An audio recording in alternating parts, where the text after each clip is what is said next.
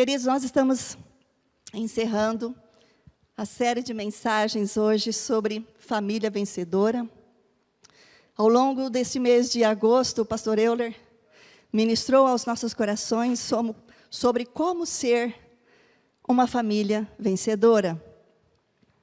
E ele baseou essa palavra na vida de Noé.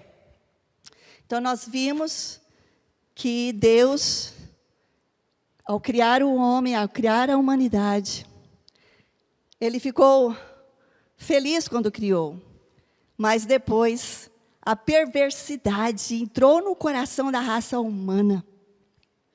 O caos entrou no mundo por causa do pecado, e Deus se arrepende de ter criado o homem. Mas houve um homem que Deus se alegrou, e Deus decidiu por fim a toda a raça humana. Mas a Bíblia diz que Deus mostra benevolência na vida de Noé. Quem era Noé? Vamos ali na palavra do Senhor em Gênesis capítulo 6, de 9 a 10. Nós vamos descobrir quem era Noé. Esta é a história da família de Noé. Noé era um homem justo, íntegro, entre o povo da sua época. Ele andava com Deus. Noé gerou 3 filhos, Sem, Cão e Jafé. Então, o pastor Euler, dentro dessa temática, família vencedora, na parte 1, ele falou para nós sobre a salvação da sua família, como Noé agiu para salvar a família, como Noé agiu para resgatar a sua família, e como nós temos que agir para resgatar a nossa família, como Noé lutou pela unidade da sua família, e também como não desistir da nossa família. Você pode, você que está nos assistindo, participando do culto online, você pode recorrer a essas mensagens no nosso Spotify da igreja e também no nosso canal. Esses 4 episódios da nossa mensagem. Obrigada, meu filho amado. E hoje, queridos, nós vamos para a 5ª parte da mensagem, nós vamos finalizar família vencedora. E eu quero conversar com você rapidamente também, né, Marquinhos? Hoje tudo rapidinho, né? Família onde todos servem a Deus. Vamos falar comigo? Família onde todos servem a Deus. Queridos, de acordo com o relato bíblico, a humanidade entrou numa perversidade. Mas mesmo num mundo cheio de perversidade, cheio de corrupção, cheio de imoralidade e falta de temor a Deus, ainda Deus deseja e é possível que eu e você tenhamos e mantenhamos uma comunhão íntima com Ele. Assim como Noé, Deus viu a Noé e salvou a vida dele e a sua família, assim também nós. Nós estamos num mundo também corrupto, num mundo cheio de perversidade, e também é possível nós mantermos comunhão com Deus. Então, rapidamente, eu quero falar de uma forma prática e conversar com vocês sobre qual foi a atitude de Noé após o período diluviano e como ele recebe a orientação de Deus para sair da arca. Então, vamos comigo no texto bíblico. No primeiro dia do primeiro mês do ano 601 da vida de Noé, olha quantos anos ele tinha, secaram-se as águas da terra. Noé, então, removeu o teto da arca e viu que a superfície da terra estava seca. No 27º dia do 2º mês, a terra estava completamente seca. Então, Deus disse a Noé: saia da arca, você e a sua mulher, seus filhos e as mulheres deles. Faça que saia todos os animais que estão com você, as aves, os animais grandes e os animais pequenos que se movem rente ao chão. Faça-os sair para que se espalhem pela terra e sejam férteis e se multipliquem. Então, Noé saiu da arca com sua mulher, seus filhos e as mulheres deles, e com todos os animais grandes, todos os animais pequenos que se movem rente ao chão e todas as aves. Tudo que se move sobre a terra saiu da arca, uma espécie após a outra. Olha que lindo. Quando eu estava meditando nessa passagem, eu fiquei assim, como é que Deus é maravilhoso e especial, né? Até para sair da arca, Deus deu a orientação e tinha que sair tudo certinho, bonitinho. Animal com animal, primeiro Adão, depois o Noé com a esposa, depois os filhos, né? E os animais, e foram saindo assim bonitinho. Queridos, quando começou o dilúvio, Noé tinha 600 anos. E nos capítulos anteriores de Gênesis, nós vemos que quando Deus falou para Noé que ele ia destruir a terra com o dilúvio, Deus falou assim, daqui 7 dias eu vou mandar chuva torrenciais e vou acabar com a humanidade. Então Deus falou quando ia começar o dilúvio, mas Deus não falou para Noé quando ele iria acabar com o dilúvio. Olha só, a fé e a paciência de Noé e a confiança de Noé ao Deus dele. Então, ele entra na arca. Então, de acordo com o texto, nós vemos que Noé ficou dentro daquela arca aproximadamente mais de 1 ano dentro da arca. Queridos, e Deus, então, dá a orientação para ele como sair da arca. Ele saiu bonitinho com toda a sua família. Agora, imagina eu e você. Nós estamos num atropelo dentro da nossa casa, e aí Deus pede para nós, Deus dá uma direção para nós fazermos alguma coisa, e a gente mete os pés pelas mãos. O filho mete os pés pela mão, ou a esposa, ou o esposo, não recebe, não cumpre aquela orientação clara do Senhor. Quando Noé abre a porta da arca, né, ali da parte de cima, ele percebe que a terra estava seca e não totalmente seca. E aquilo não fez com que ele fosse afoito sair. Pô, vou sair. Ai, não aguento mais. Mais de 1 ano dentro dessa arca, eu vou sair. Noé espera a orientação exata de Deus. Aí Deus fala, sai. Queridos, que eu e você possamos receber e esperar do Senhor a orientação para tudo que você for fazer. Então, vamos continuar com o texto. O que Noé fez mais depois que ele saiu da arca? Que é onde eu quero basear a nossa conversa hoje. Gênesis 18, 20 diz o seguinte: edificou Noé um altar ao Senhor, e tomou de todo o animal limpo e de toda a ave limpa, e ofereceu holocausto sobre o altar. Neste momento, queridos, Noé, ele fez o primeiro culto doméstico no novo mundo. Olha só. Noé ali, então, ele constrói, edifica um altar ao Senhor.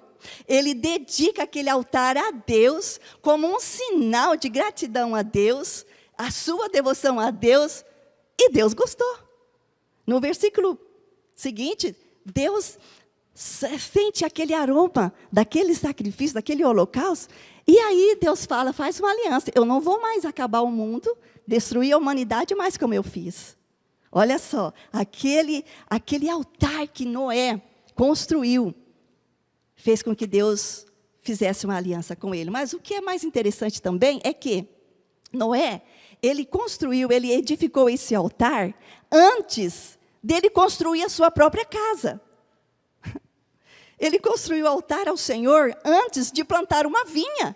Porque Noé, vocês que conhecem a história de Noé, ele é agricultor, ele planta uma vinha e depois os filhos dele, ele embebeda, né? O Noé embebeda e aí é coisa para outra mensagem. Mas, queridos, o que eu observei aqui, que Noé, ele fez esse altar ao Senhor antes dele reconhecer ali aquela terra nova, aquela coisa linda que Deus recriou, né?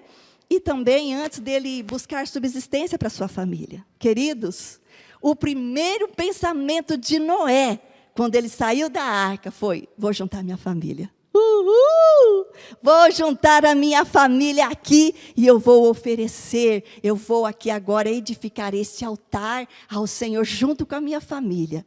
E eu vou fazer esse culto de adoração ao Senhor, porque Ele nos livrou, Ele e a família dele, adorando ao Senhor junto. Então, qual que é a atitude que nós aprendemos com Noé? Olha só, o relacionamento com Deus. Por isso que Deus poupou a vida de Noé. Noé tinha um relacionamento pessoal com Deus.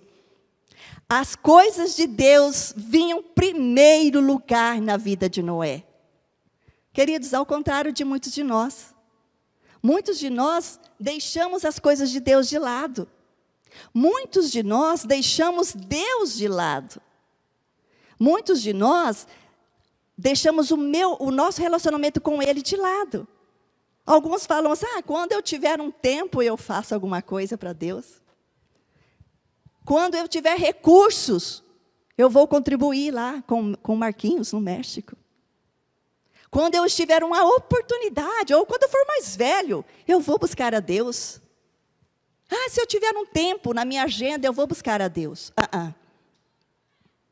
Noé, depois de passar mais de 1 ano e meio naquele confinamento, naquele lockdown, dentro daquela arca, a primeira atitude que ele desejou foi edificar um altar.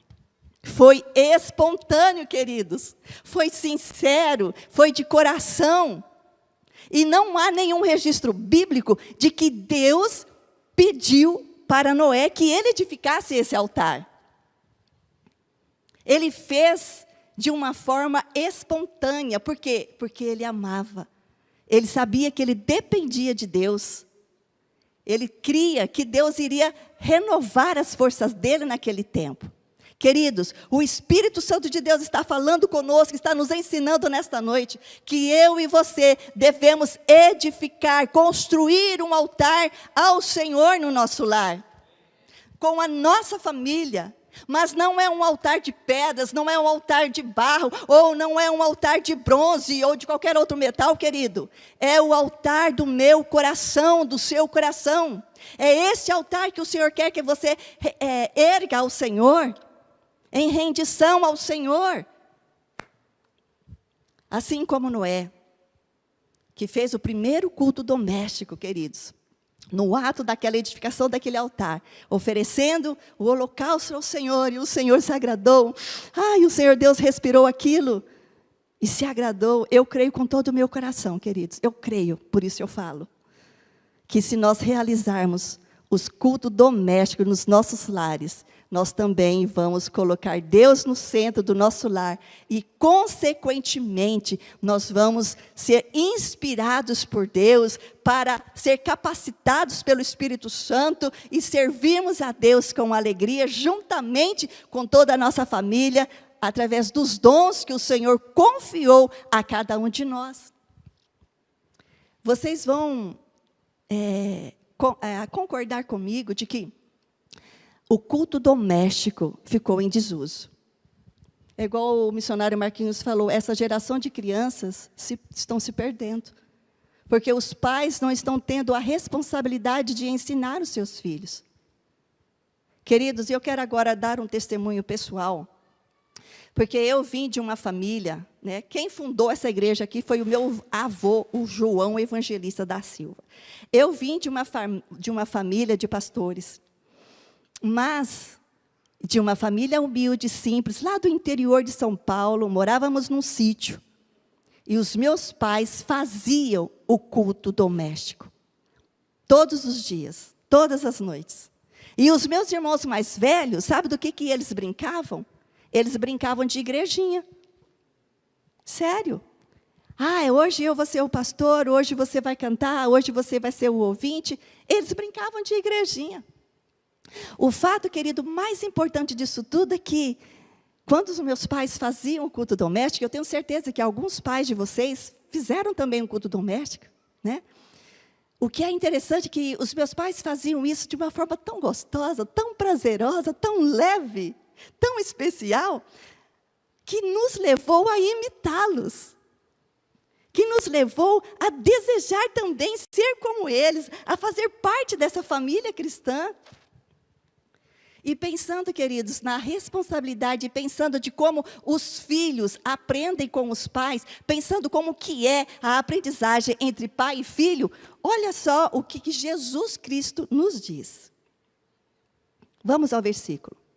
Jesus lhes deu esta resposta: eu lhes digo verdadeiramente que o filho não pode fazer nada de si mesmo, só pode fazer o que vê o pai fazer, porque o que o pai faz, o filho também faz. João capítulo 5, 19. Queridos, o que a gente vê, o que Jesus Cristo está ensinando aqui?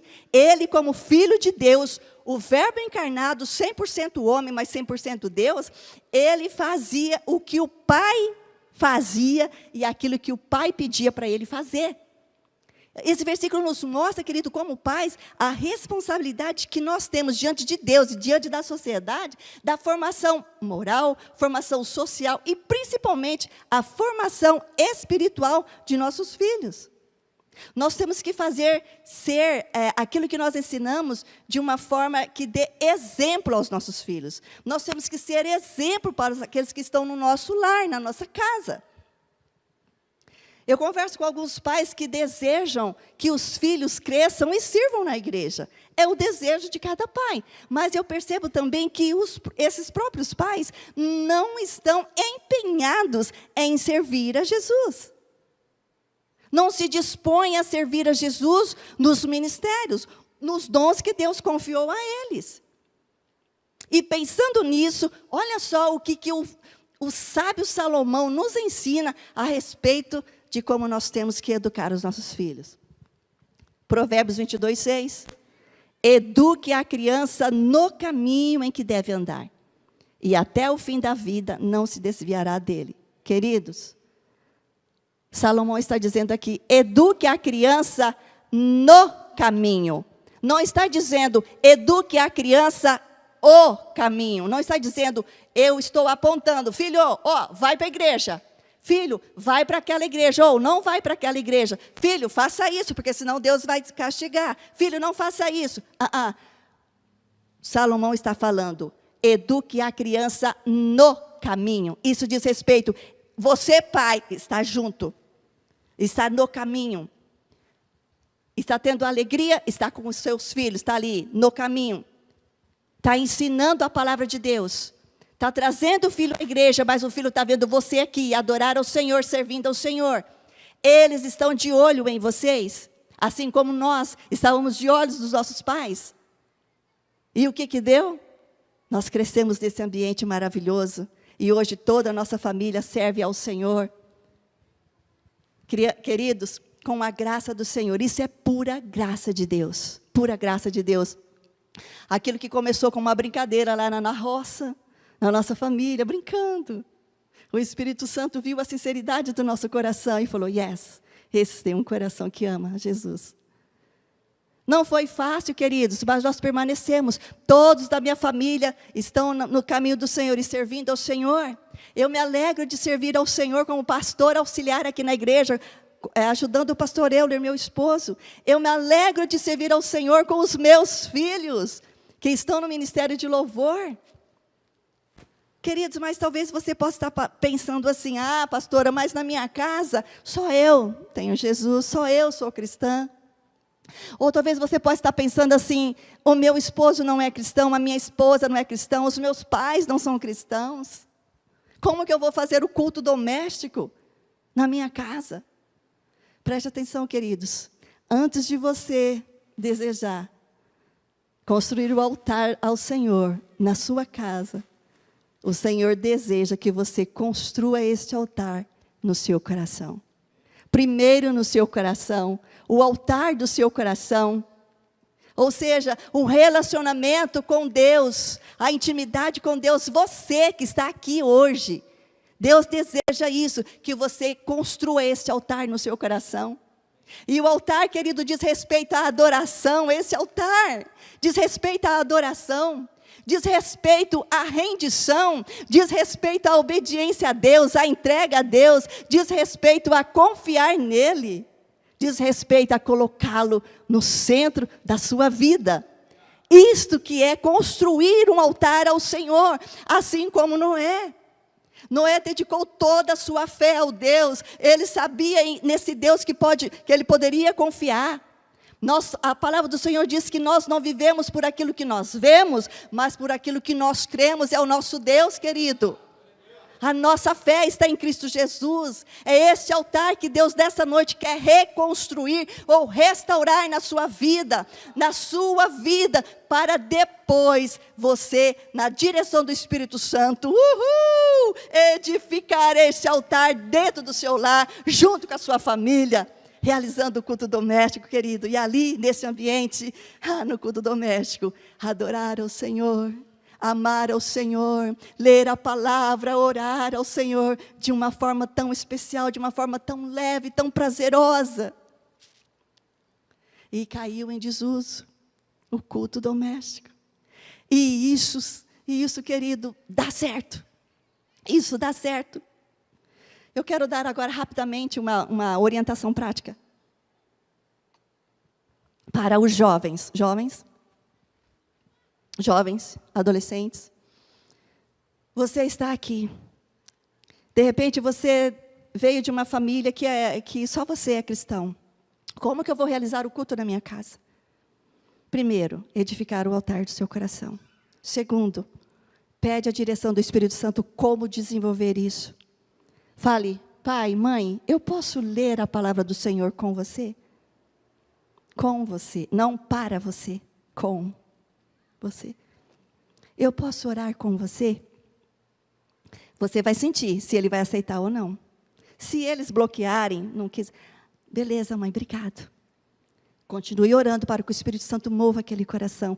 Tenha a iniciativa. Você que é jovem, que já faz parte de um lar cristão, totalmente cristão, mas que ainda não está desenvolvendo o culto doméstico na sua casa, você também pode fazê-lo. Não espere vir isso do seu pai ou da sua mãe, porque você faz parte desse lar cristão, dessa cultura do céu. Alguém tem que ter a iniciativa. Agora, você que tem um esposo que ainda não é cristão, ou a esposa que ainda não é cristã, você vai poder falar assim, meu amor, não sei do jeito que você chama ele, né? Ou meu querido, ou meu gordinho, ou meu magrinho, não sei como é que você chama. Você fala assim, eu posso ler a palavra de Deus com você? Vai, queridos, na direção do Espírito Santo. Se ele aceitar, conquistou o coração. Se a pessoa não aceitar, continue orando, para que o Espírito Santo esteja falando. O fato é que você tem a responsabilidade, assim como eu, de edificar o altar ao Senhor dentro da nossa casa, dentro do nosso lar. Mas, infelizmente, nós mesmos colocamos alguns obstáculos para praticar o culto doméstico na nossa casa. E eu quero falar só de alguns, porque hoje está bem corrido. Primeiro obstáculo que eu elenquei aqui foi, nosso tempo é corrido. Não é verdade? Não é um obstáculo? O meu tempo é corrido.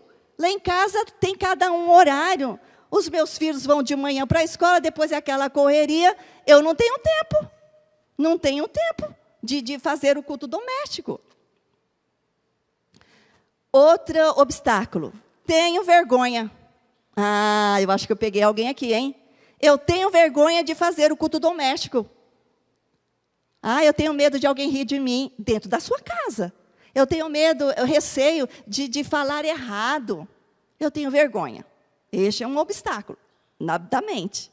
Outro obstáculo, fadiga do dia a dia. Ai, chega o final do dia, eu não aguento mais. De manhã já trabalho, depois do almoço, vou para a faculdade, volto, já estou acabadinha. Quando viu, já passou o dia na fadiga, depois já passou a semana, depois passou o mês, passou o ano, e ninguém iniciou o culto doméstico. É um obstáculo. Outro obstáculo, não sei explicar a Bíblia. Ah, isso é coisa para pastor, não sei explicar. Aliás, eu nem entendo a Bíblia. A pessoa pode falar assim, eu não sei explicar. Queridos, a Bíblia por si só, ela se explica. É você abrir a Bíblia e ler. E o Espírito Santo vai conduzindo, o Espírito Santo vai ensinando.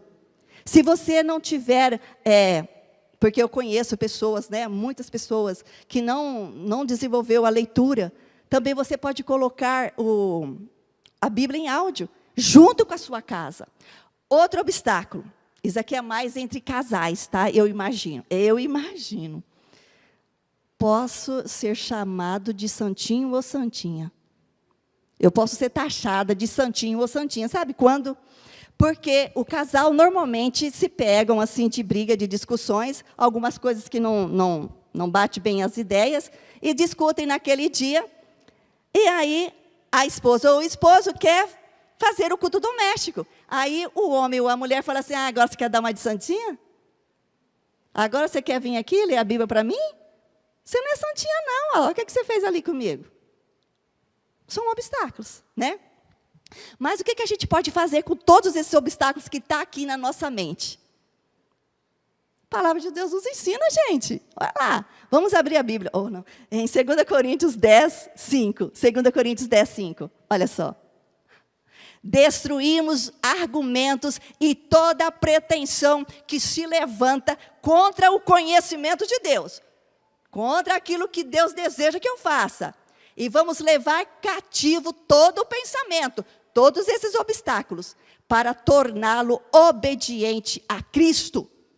Sabe, queridos, todos esses obstáculos começam aqui na minha mente. Então, o Espírito Santo está nos ensinando que todos os argumentos, que toda a pretensão de nos fazer deixar de conhecer a Deus, junto com nossa família, junto com a nossa casa, nós temos que tomar cativo esse pensamento. A obediência de Cristo. Eu vou obedecer a Cristo. Hoje. Sabe qual que é o nosso defeito, queridos? Muitas vezes, a gente só tem a iniciativa e não tem a acabativa. Você só pensa em fazer e não faz. Você tem que iniciar e terminar. Aquilo que você pensou, vamos fazer, vamos família, vamos nos reunir. Alguém tem que tomar a iniciativa. Amém? Amém, igreja? Amém. Eu tenho certeza, vocês vão me falar, eu não vou cobrar.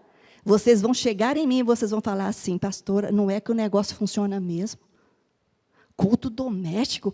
Por que o inimigo destruiu isso, queridos? Porque funciona. E agora eu vou colocar para vocês 3 razões, só para aguçar vocês. Porque existem milhares de razões e benefícios para nós realizarmos o culto doméstico. Primeira razão, porque é bíblico. A gente não segue Jesus? A gente não segue a palavra? É bíblico. Deus recomendou isso lá em Deuteronômio.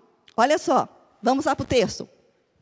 Que todas estas palavras, qual palavra? A Bíblia, que hoje eu te ordeno, estejam em seu coração, no meu altar, no meu coração. Ensine-as com, qual palavra que tem aí, irmãos? Persistências. A quem? A seus filhos. Tem que ter persistência. Converse sobre elas quando estiver sentado em casa. Conversar sobre o quê? Sobre a palavra de Deus. Quando estiver andando pelo caminho. Quando se deitar. Quando se levantar. Amarre-as como sinal no seu braço e tende-as na testa. Escreve-as nas batentes das portas de sua casa e em seus portões. Queridos, eu ia falar crianças. Queridos, é bíblico o culto doméstico. Não é uma coisa que nós inventamos, não é uma doutrina da igreja missionária, é uma doutrina bíblica. Quando você estiver no caminho com o seu filho, o que você conversa com ele? Você aproveita tudo para falar sobre Deus? Você aproveita para ensinar Sabe quando que você pode... Sabe quando você precisa começar a ensinar o seu filho sobre as coisas de Deus? Quando? Quando? No ventre. É no ventre. Já tem que ensinar sobre as coisas de Deus. Quando ele ver a estrela, conhecer a estrela, você já começa a ensinar sobre as coisas de Deus. Queridos, Timóteo, ele foi discípulo de Paulo e ele aprendeu sobre as coisas de Deus lá na sua casa. Olha o que Paulão falou para Timóteo. em 2 Timóteo 1,5. Olha o que Paulo falou. Eu me recordo da sua fé não fingida, que primeiro habitou no coração da sua avó Loide e na sua mãe Eunice. A minha mãe chama Eunice. Uhul! E estou convencido de que também habita em você. Paulo falou isso para Timóteo. Você aprendeu na sua casa, com a sua mãe, com a sua avó, a fé em Cristo Jesus. E eu tenho certeza que esta fé também está aí no seu coração. É isso que eu e você temos que ter a responsabilidade de edificar este altar no nosso coração e na nossa casa.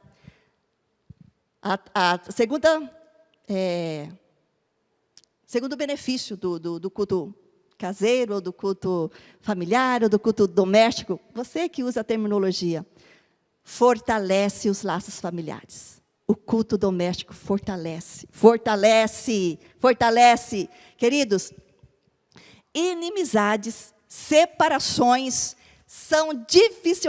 ocorrem com muita dificuldade numa família que cultua e que memoriza e que... Ai, gente, me faltou a palavra. Medita. Que medita na palavra de Deus diariamente. Tem problema? Tem, mas dificilmente tem separação. Dificilmente tem intrigas, dificilmente tem inimizades dentro de um lar. Por quê? O culto doméstico vai fortalecer os laços familiares. Vocês creem nisso, irmãos? Eu creio com todo o meu coração, porque eu sou fruto disso. É lógico, queridos, por exemplo, eu e meu esposo, esse lindo homem de Deus. Fala amém, amor. Amém. Os nossos filhos, Estevão e Jonatas, tinha dia que eu não tinha o tempo de ministrar na vidinha deles, das crianças, aí o Euler ministrava. Quando eu não tinha, ele ia. Eles não ficavam sem um alimento espiritual. Revezava ali. Tinha dia que era nós dois juntos. Aí, e foi crescendo eles, e a gente ministrando. Por que eu estou dizendo isso? Eles precisam depois de ter o quê? Autonomia espiritual. Eles não precisam estar de carona com a sua fé. Tem o tempo que você ensina, com certeza. E vai ter o tempo de que eles vão andar com os seus próprios pés. Certo? Com os seus próprios pés. Mas vocês ali, olha, na retaguarda. O terceiro benefício do culto doméstico é: as necessidades e as vitórias são compartilhadas em oração. Olha que tremendo, queridos. Todos do lar, no culto doméstico, ele tem a oportunidade de expor as suas necessidades. Sabe o seu filho, quando sofre bullying na escola? Sabe o seu filho, que quando ele está sentindo mal e não consegue falar, é naquele momento do culto doméstico que ele pode colocar as necessidades dele. Não só o filho, mas você também, o esposo, a esposa, mas também vai poder colocar o quê? As vitórias, as conquistas. Papai, consegui nota 10. Vamos agradecer a Deus? Ai, pai, mãe, eu tenho uma prova, está muito difícil. Vamos orar. É no culto doméstico que os seus filhos e você vai compartilhar essas vitórias. É ali que você vai orar, é ali que você vai agradecer, é ali que você vai interceder pela sua família. Amém? Uma família vencedora, onde todos servem a Deus, queridos, onde todos da família servem a Deus, é uma família diferente. Sabe por quê? Porque mesmo em meio a tanta tempestade, a tanta confusão, esta família é salva. Essa família é alegre. Essa família tem paz. Essa família tem esperança, queridos. Sabe por quê? Porque a família que servem ao Senhor, a família vencedora, que servem ao Senhor todos juntos, é essa família vencedora, a família vencedora que servem ao Senhor todos juntos. Eu não vou servir ao Senhor sozinha, eu e a minha casa serviremos ao Senhor. E isso vai ser possível quando você celebrar o culto doméstico na sua casa, queridos. Amém? Queridos, nós estamos vivendo num mundo caótico, num mundo difícil, onde os valores familiares estão sendo relativizados. Não é verdade? Mas nós, como cristãos, como filhos de Deus, nós não podemos negociar o que é inegociável. E para que isso aconteça, queridos, é necessário que eu e você demos prioridade à nossa comunhão com Deus, no interior da nossa casa, com todos os membros da nossa família. A minha pergunta para você hoje, e a pergunta que eu faço para mim também nesta noite é essa, queridos. Deus é o primeiro na minha vida? Deixa o Espírito Santo ministrar na sua vida. Deus, Ele é o primeiro na sua vida? Ele vem antes das suas necessidades? Noé construiu o altar antes de buscar o suprimento para o seu lar. Antes de ver, o que vai ser de nós? Ele buscou a Deus. Deus veio primeiro na vida dele. Deixa o Espírito Santo ministrar no seu coração. Outra pergunta que nós temos que responder. Eu sou um exemplo que inspira os meus familiares a servirem a Jesus? Eu estou dando exemplo de que amo a Deus, de que eu sirvo a Deus, de que Deus é tudo para mim, ao ponto dos meus que estão na minha casa desejarem servir a Jesus? Responda isso no seu coração. Mas, queridos, eu quero dizer para você que se você entregou a sua vida a Jesus, já disse para Ele ser o Senhor da sua vida, você passa a ser filho de Deus. E mesmo que até hoje, queridos, você não fez nada disso que nós falamos aqui, que nós conversamos aqui. Se você ainda não inspirou a sua esposa, ou o seu esposo, ou os seus filhos, ou os seus pais, a amarem a Deus, a servirem a Deus, Deus espera de você um verdadeiro arrependimento neste momento. Que o Espírito Santo esteja ministrando nos nossos corações. Talvez isso aconteceu por falta de segurança. Talvez até por comodismo, ou por falta de fé, ou talvez porque você aprendeu assim. Você deixou Deus de lado. Você não construiu o altar do seu coração a Deus. Queridos, confesse hoje a Ele as suas falhas, assim como eu também. Confesse a Ele as suas negligências. E receba pela fé, queridos, o perdão dos seus pecados, o perdão do Senhor. E tenha neste momento, queridos, o desejo de manter um relacionamento pessoal com Jesus. Jesus está aqui. E Ele deseja restaurar o altar do seu coração. É o que Ele mais quer. Sabe por quê, queridos? Porque você é filho amado do Pai Celestial.